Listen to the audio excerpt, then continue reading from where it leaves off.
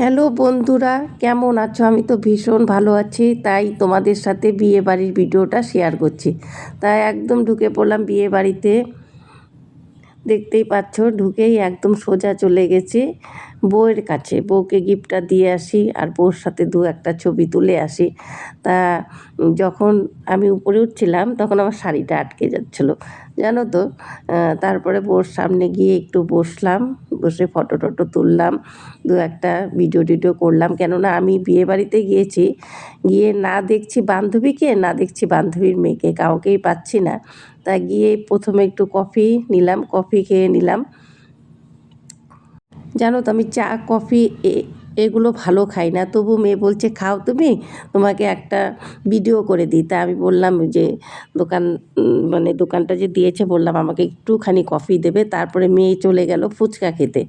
আমার কিন্তু ফুচকার প্রতি সেই মানে ফুচকা খাবার যে আগের একটা ইচ্ছে ছিল, সেই ইচ্ছেটা কিন্তু এখন আমার কমে গেছে। কেননা আমি বেশি একটা ফুচকা খেতে পারি না।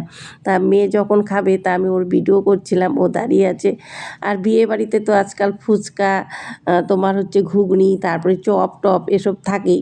তা মেয়ে খেতে গেল, আমিও তোমাদের ঘুরিয়ে ঘুরিয়ে দেখাচ্ছি যে এত ভিড় পড়েছে, কিভাবে খাবে আমি বুঝতে পারছি না।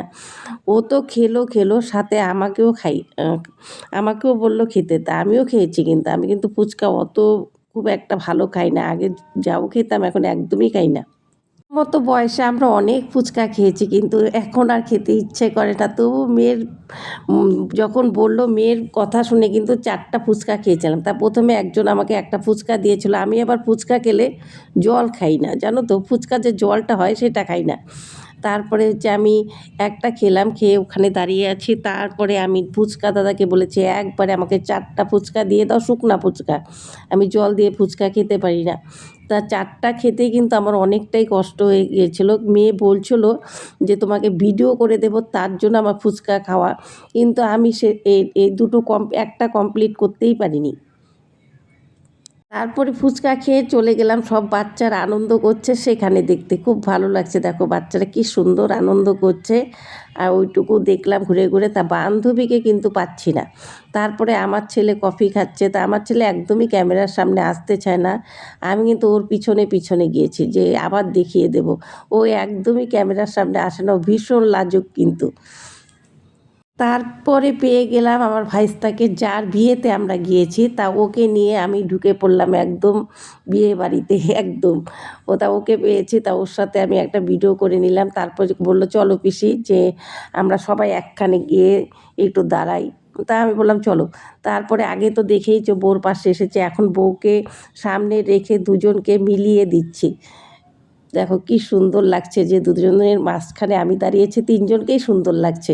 তারপরে আমি চলে গেলাম খাবারের প্যান্ডেলে। এত ভিড় হয়েছে যে সবাই ঢুকে যাচ্ছে, আমিও ঢুকে পড়লাম সাথে সাথে। তা খাবারের টাইম কিন্তু মানুষ 9টার পরেই বসে। তা 9টার থেকে শুরু করলে তো অনেকটা রাত হয়ে যায়, কেননা অনেক লোকের নেমন্তন্ন ছিল। তা সবাই খাওয়া শেষ না হতেই কিন্তু সবাই ঢুকে দাঁড়িয়ে আছে। আমি সবাইকে দেখাচ্ছি, দেখো সবাই কীভাবে নামছে। এটা আমি তুলেছি যে সত্যি খাবারের সময় হলে তখন সবাই মানে এত লোক হয়ে যায়, কিন্তু মাঝে মাঝে তো ফাঁকা থাকে। আমার মেয়ে ঢুকে বসে গেছে, এখনও পাতা পরিষ্কার করা হয়নি, মেয়ে বসে গেছে।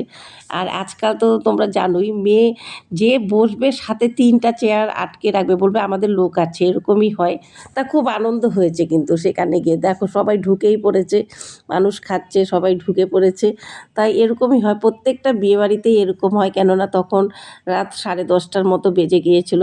কেননা এক বৈঠক উঠতে উঠতে 1.25 ঘন্টা লেগে যায়। তা মেয়েকেই আমি বেশি তুলছি। ও দেখো প্যান্ডেলে এসব ভিডিও করছে, ও খাবার প্যান্ডেলের ভিতরে ভিডিও করছে, আমিও করছি। তা ছেলে আর আমি এক পাশে বসেছি, আর এক পাশে বসেছে আমার মেয়ে। আর আমাদের পাশে একজন বৌদি, হয়তো ওঠেনি, আমি অতটা খেয়াল করিনি, যখন তুলেছিলাম অতটা খেয়াল করিনি। তা ছেলে বলছে মা তোমাকে সুন্দর লাগছে। আমি বললাম তুই বললি যখন আমার দিকে তাকা। যাই হোক, ও বলেছে। তারপরে দেখো ও ও কিন্তু আবার আরেকবার করতে বললে ও কিন্তু একটু হালকা রাগ করে একদমই ক্যামেরার সামনে আসতে চায় না। তা ছেলে তো দেখে আমি খাই, তা যাই হোক দু একটা ভিডিও যায় দেখে এখন একটু ক্যামেরার সামনে তবুও আসে। জানো তো সফলতার পিছনে সবাই ছোটে, সেটা আত্মীয় স্বজন যেই হোক। আমার ছেলেও যখন দেখে ভিডিও যায় তখন দেখে। তা শেষ পাতে ছিল মিষ্টি, খাওয়া দাওয়া কিন্তু খুব, রান্না কিন্তু ভীষণ ভীষণ ভীষণ ভালো হয়েছে, ভীষণ ভালো হয়েছে। ও লাজুক দেখে সত্যি ক্যামেরার সামনে আসতে চায় না। তারপরে পেয়েছি বান্ধবীকে, আমিও তো খাওয়া দাওয়া হয়ে গেল, বান্ধবীর সাথে দেখা হচ্ছে না। তা বান্ধবী বললো ও একটু ব্যস্ত ছিল, ওই দিকটা সামলাচ্ছিল। তারপর যাই হোক ওর সাথে মনে কথা বললাম, দু একটা। বান্ধবীর সাথে কথা না বললে কি হয়, তারপরে বান্ধবীকে বললাম তুই চল তোকে একটু ভিডিও করে দিই। তারপরে বান্ধবীকে একটু ভিডিও করে দিলাম। তা বান্ধবী বলছে ফটো তুলবে, তারপর দুজনে গিয়ে দাঁড়িয়ে পড়লাম, দুই বান্ধবী মিলে কিছু ছবি তুললাম। ছবিগুলো এখনও ছাড়া হয়নি। তারপরে বসে পড়লাম নতুন বউর কাছে। একটা বিয়ে বাড়িতে গেলে আমাদের কিন্তু অনেক ভিডিও হয়ে যায়, হ্যাঁ, অনেক ভিডিও ছবি হয়ে যায়, অনেক ছবি আছে এখনও আমার কাছে। নতুন বউ দেখতে যেমন সুন্দর, বড় বউ তেমন সুন্দর। তারপরে সবার সাথে সেলফি তুললাম ওখানে দাঁড়িয়ে দাঁড়িয়ে। কে ভীষণ মিষ্টি লাগছে দেখতে। তোলা শেষ, তখন বলছে পিসি তুমি একটা ভিডিও বানাও। তা আমি বললাম দাঁড়াও তাহলে সবাই, যাই হোক ওদের জায়গাটা আমি নিয়ে নিয়েছি। তারপরে আমি একটা ভিডিও বানালাম। এখন ট্রেন্ডিং গানটা আমার একদমই মনে নেই। যাই হোক ভিডিওটা তোমাদের কেমন লাগলো একটু বলো। তারপরে আমরা দুই বউকে বসিয়ে দুই বান্ধবী মিলে ছবি তুলে সেখান থেকে চলে এলাম। এটাই ছিল আজকের বিয়ের ভিডিওটা ভালো লাগে তার লাইক কমেন্ট শেয়ার করে